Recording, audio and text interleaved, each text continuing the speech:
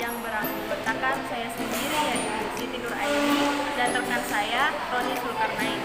Kami akan mempresentasikan makalah kami yang berjudul Manajemen Produksi dan Operasi Strategi Layout. Baik, untuk mempersingkat waktu, saya akan memulainya. Yang pertama yaitu pengertian layout.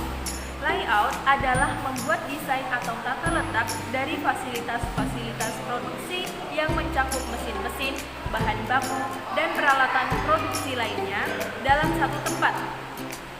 Kemudian yang kedua yaitu prinsip penyusunan layout.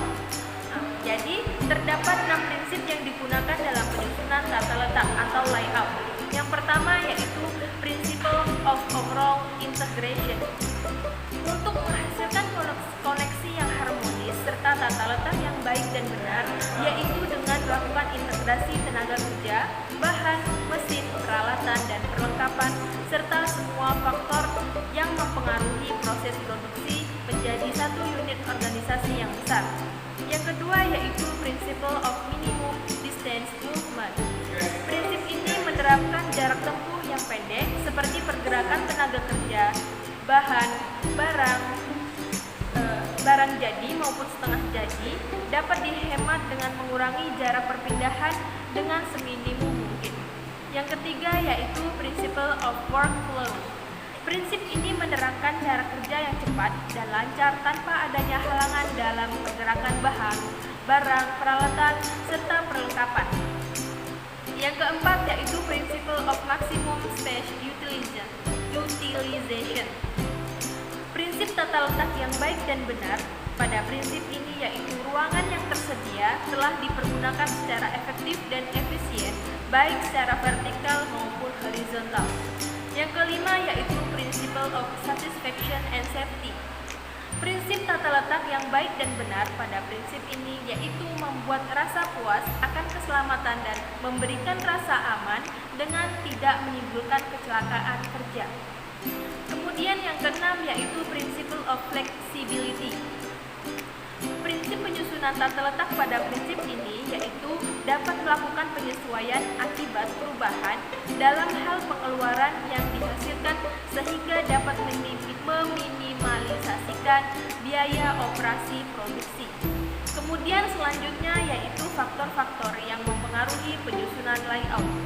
Dalam bidang manufaktur, tata letak yang ideal bergantung pada faktor. Yang pertama yaitu jenis produk, yang kedua yaitu jenis proses produksi, yang ketiga yaitu pertimbangan ergonomis, yang keempat yaitu pertimbangan ekonomis, dan yang terakhir yaitu ketersediaan ruangan dalam fasilitas.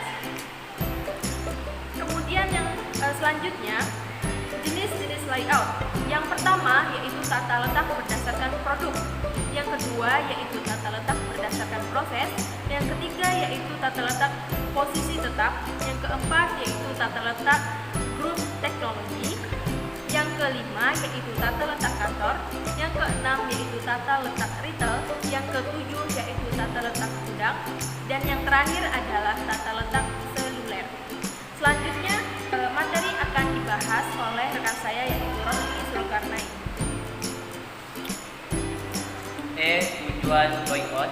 Yang pertama pemanfaatan area yang ada, yang kedua berdaya gunaan pemakaian mesin, yang ketiga meminimumkan material handling, yang keempat mengurangi waktu tunggu dan mengurangi kemacetan dan kesimpasiuran, yang kelima memberikan jaminan keamanan, keselamatan dan kenyamanan bagi tenaga kerja, yang keenam mempersingkat proses manufaktur, yang ketujuh mengurangi persediaan setengah jadi persediaan barang, yang kedelapan mempermudah aktivitas supervisi penempatan ruangan supervisor yang tepat akan memberikan kelulusan bagi supervisor untuk mengawal aktivitas yang sedang berlangsung di area kerja.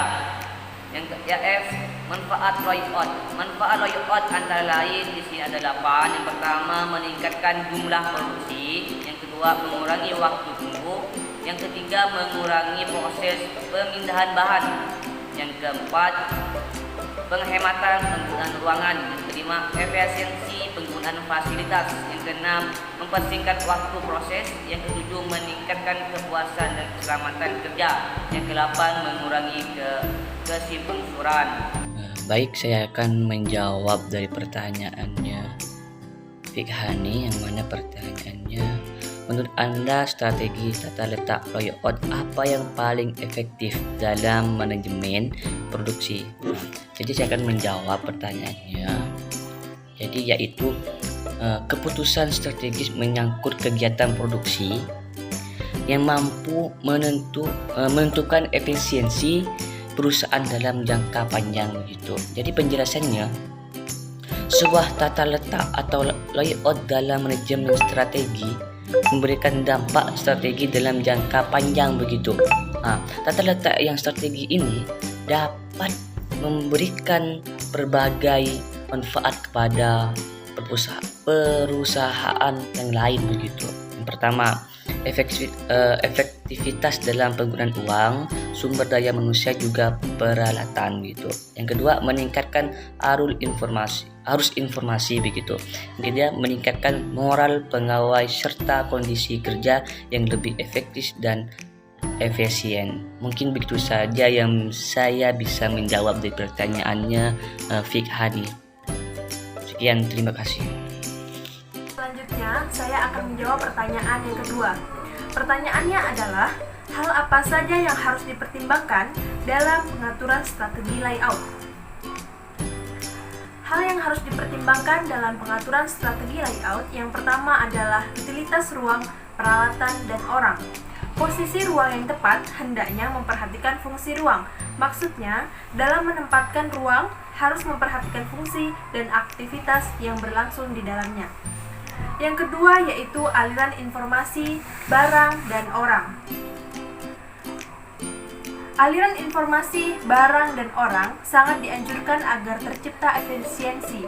Misalnya, direktur utama dengan direktur sumber daya manusia yang terdapat di suatu ruangan kantor yang berjauhan, sehingga sangat tidak efektif komunikasinya, yang terjadi karena harus menunggu waktu yang lama apabila saling membutuhkan satu sama lain dengan jarak yang jauh.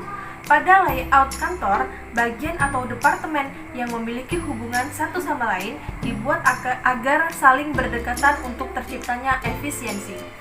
Yang ketiga yaitu moral karyawan dan kondisi. Sangat dianjurkan untuk layout yang baik agar moral karyawan menjadi lebih baik. Terdapat beberapa instansi dengan penataan layout yang kurang baik. Terdapat ruangan pojok-pojok untuk karyawan memojok. Hal ini akan memberikan peluang untuk karyawan yang buruk melakukan pelanggaran moral. Yang keempat yaitu interaksi dengan pelanggan. Interaksi dengan pelanggan dapat dilihat dari keluhan, komentar, dan pertanyaan. Keluhan merupakan percakapan dengan mengekspresikan ketidakpuasan pelanggan, rasa tidak suka, dan frustasi terhadap produk dan pelayanan. Komentar yaitu pelanggan melakukan percakapan dengan menanggapi atau memberikan komentar terhadap produk dan pelayanan perusahaan, seperti memberi pujian dan menyampaikan salam dengan memperhatikan kedekatan dengan perusahaan. Pertanyaan merupakan perilaku pelanggan dengan memberikan pertanyaan kepada perusahaan tentang produk atau pelayanan yang diberikan oleh perusahaan. Yang terakhir adalah fleksibilitas. Pertimbangan fleksibilitas sangat dianjurkan untuk layout yang fleksibel atau tidak kaku agar terciptanya layout yang baik. Fleksibilitas merupakan proses dari beberapa lama perubahan proses untuk menghasilkan output yang berbeda atau input yang berbeda. Fleksibilitas menjadi faktor utama dalam proses produksi agar dengan cepat menanggapi perubahan-perubahan pasar, seperti perubahan selera konsumen yang menginginkan produk dengan karakteristik yang berbeda, dan lain-lain. Karakteristik fleksibilitas dalam proses produksi mencakup hal-hal yang berkaitan dengan fleksibilitas model dan produk.